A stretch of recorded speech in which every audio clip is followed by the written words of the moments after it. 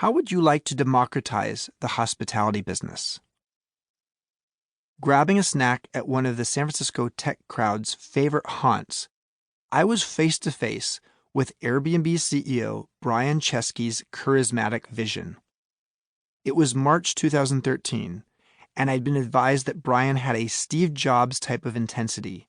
He was whip smart, asked a million questions, and wanted to change the world.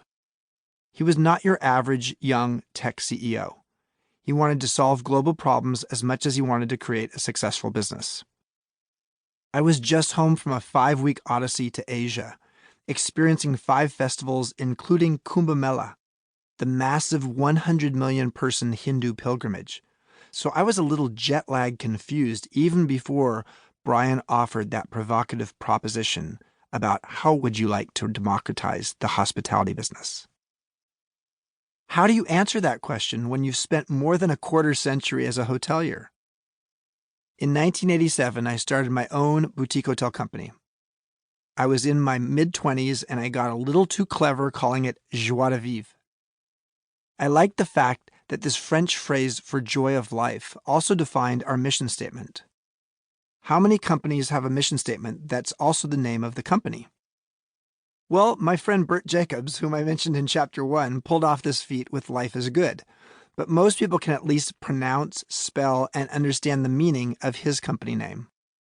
As for Joie de Vivre, I joked that the brand was popular with intellectuals and francophiles. Fortunately, there were lots of customers who fit our psychographic, and the company eventually grew into the second largest boutique hotel company in the U.S., with 52 boutique hotels in California, each one with its own unique character and spirit. Then 24 years later, in 2010, I sold it. Why? You'll hear more about my story throughout this audiobook, but let's just say that something deep inside me told me it was time for a change. You may have heard that same internal voice. It's easy to ignore it or silence it for a time, but then it grows louder, especially in the middle of the night. Once I finally gave in to that voice, telling me to sell the company, I knew my next path would be offbeat. I was in my early 50s and I knew I still had some music inside me, but I just wasn't sure where to share it. I had recently founded Fest 300, a website dedicated to profiling the world's 300 best festivals, and I was sharing a little bit of my music with my small startup team there.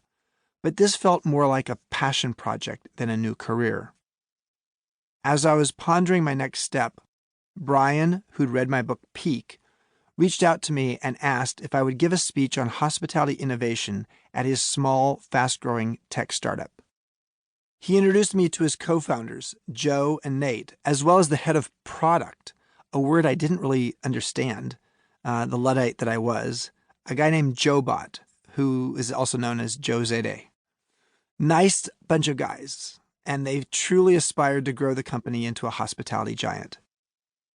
All of this sounded good, but I was such an old school hotel guy and not even sure what Airbnb was.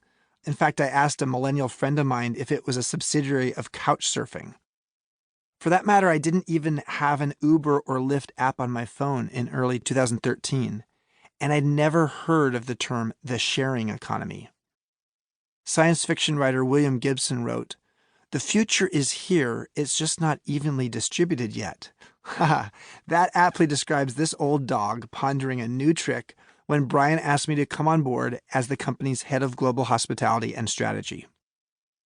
Initially, I was excited about the global reach of the company and the opportunity to democratize hospitality.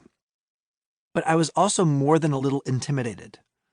At 52 years old, I'd never worked in a tech company, where one's value can be defined by the maxim, I code, therefore I am.